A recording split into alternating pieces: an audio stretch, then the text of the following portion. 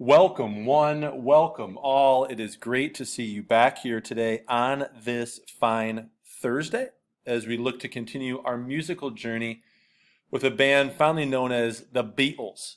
Now, I know many weeks in here you may question the validity of the band that I bring to the table, whether that be Sigur Rós or whether that be Arcade Fire or others, but today is not one of those days.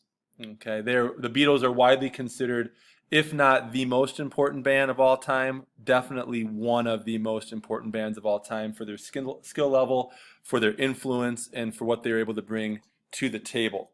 And today we're going to take a little look about what the Beatles are all about. I always ask myself if a band, or to know if someone's important, I would ask you, these guys broke up in 1970. Okay, so for you math majors out there, that is 50 years ago. These guys broke up as a band, 10 years before I was even born. But if I were to ask you, hey, do you know any of the guys in this picture? Can you name any of the guys in the picture? You may say, oh yeah, well that's obviously John Lennon. Or hey, isn't that Ringo Starr, that dude with the weird name? Or oh, is that George Harrison? Or maybe that's McCartney. Now again, you may have not been able to name all of them, but chances are you're able to at least name a few. And the fact that a band that broke up over 50 years ago now, you're still aware of those in San Diego in 2020, kind of shows you what they were able to bring to the table. I think one of the things when you talk about the Beatles, you have to talk about their prolific nature. Now again, they're primarily known for Lennon and McCartney, who were the two primary singer-songwriters. But if you look at their production over the 7 years, it seems much longer, but the 7 years they were together, from 1963 to 1970, we're looking at 1, 2, 3, 4, 5, 6, 7, 8, 9, 10, 11, 12 albums in 7 years, which obviously by nowadays standards is unheard of. Now granted, some of these albums were B-sides and not all of them were full complete albums, but right now usually most bands are looking at a 4 or 5 year window between releases. To think that they were releasing 2 albums in the same year shows you their ability to produce music. I think one of the things they're known for, along with their prolific nature, is their skill level. What I mean by that is they were known for being able to craft what's considered kind of the perfect pop song. Okay, so unlike a U2 or unlike The Cure, these guys put everything together in a nice little 2 minute, 2 minute and 20 second, 2 minute and 30-second window. And somehow they're able to encapsulate a full theme, a full song from start to finish, and it just fits together. In some ways, they were kind of considered the first guy band, meaning they all dressed together and they had kind of the large female following, and that was their look in 1963. I think another thing that differentiates them, along with the fact that they were prolific and that they were skilled, is that they were able to move through different phases in their career and change their style and still be extremely good at what they were doing and extremely popular. So 1963, that era was kind of like the twist and shout, the love me do, the can't buy me love, really kind of, I wouldn't want to say hokey, but definitely kind of the teen pop, simple lyrics, simple setup.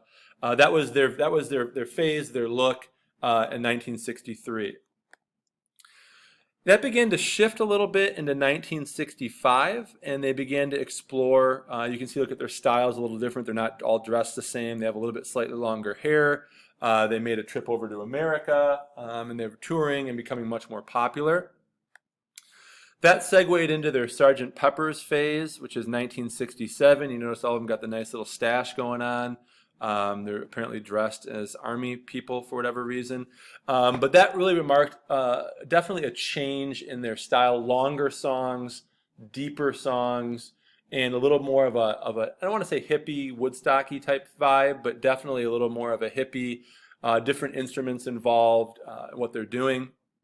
And then finally, this is them in 1970, right before they broke up, one of their last pictures as a band. So as you can see, they've definitely, over just a 7-year span, changed both their look and their style as a band quite a bit.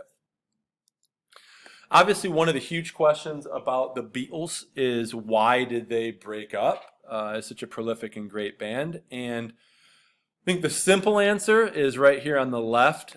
John Lennon started dating a girl named Yoko Ono, and basically kind of broke a lot of man code rules, for lack of a better term. He was kind of the anti Saturdays are for the boys type mentality. And for many in the band, what was considered kind of the big issue that he did was he basically wanted her in the studio with them and wanted her recording with them and wanting her making decisions for the band with them. And for the other guys in the band, they're like, hey man, like this, it's cool that you're dating her. It's awesome you have a girlfriend, but she's not going to be making decisions as a band. And John was kind of like, hey man, this is my girl. You got to respect that. And I know a lot of us, me included, have had those phases in our lives and can relate to how that went down or how that could go down. And that drove a big wedge within the band members. The much more drawn out and complicated story is in this article right here. Highly recommend it. It's extremely well done. It's long.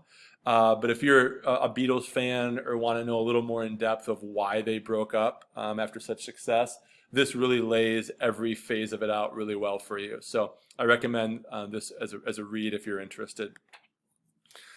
One of the more interesting things with the band, and I mentioned this when we did Michael Jackson, but I'll lay this out in a little more detail today, is the issue with their song rights. Basically, they signed a record deal, and the deal was the record company owned 50% of the rights to their songs, and Lennon and McCartney owned 50% of the rights to their songs. And this deal ran through 1973, okay? From 1963 to 1973. So long story short, the Beatles in 1970 decide, hey, we want to break up. We don't want to be in a band together. We want to do our own thing. But the problem was they were under contract until 1973.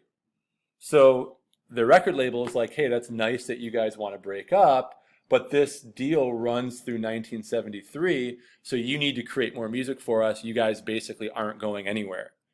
And Lennon and McCartney are like, well, that's cool, that's nice, but we're not in a band anymore. We're not going to do this.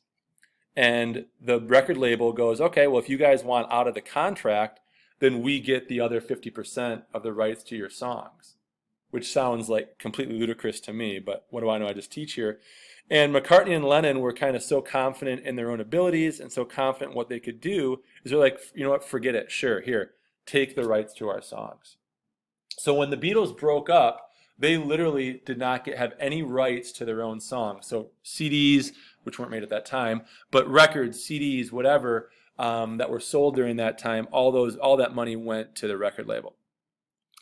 Well, there were issues within the record label. I don't know the exact logistics of it, but somehow, some way, the rights to Beatles songs went on sale, like literally in a public auction. You could buy these, and this happened in 1984. This was right at the height of Michael Jackson's career, right after Thriller, and he and McCartney were friends just because musicians hanging out were friends.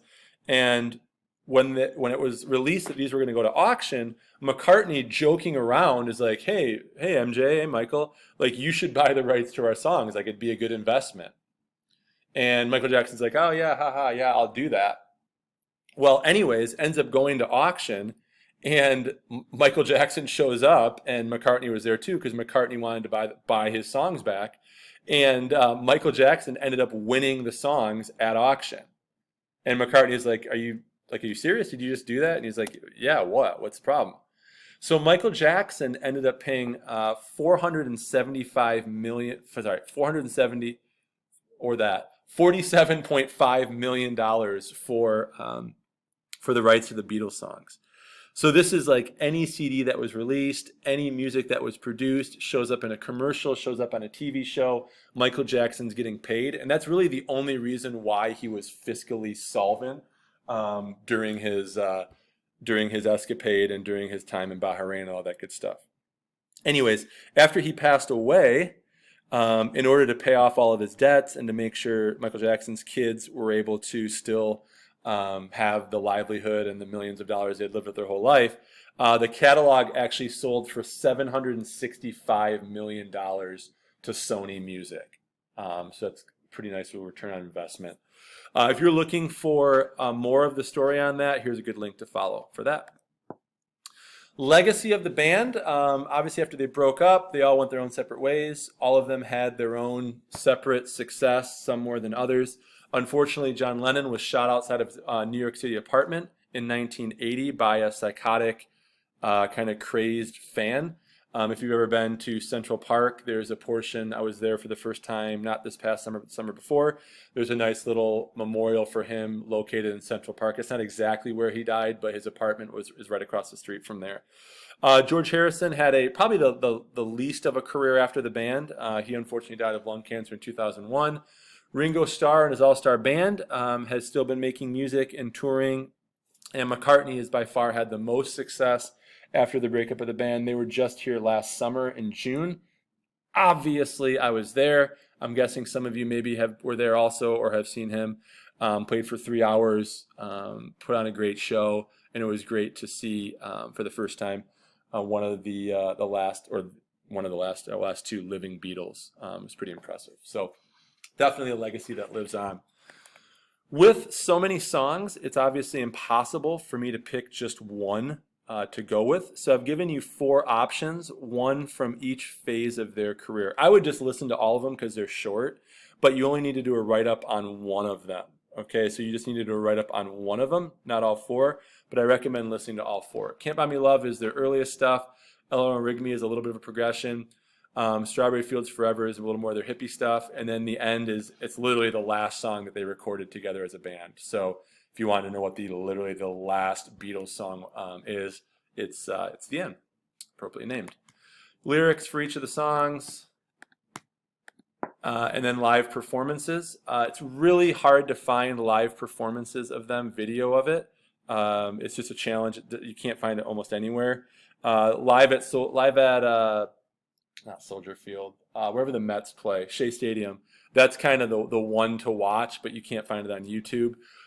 These are live footage. The Can't Buy Me Love is the full band. Eleanor Rigby is just McCartney. Strawberry Fields Forever is just the video they made, and this is a medley of just live footage of them. So hope you enjoy. Obviously a legendary band, and hope you enjoy it. Take care. All right, bye.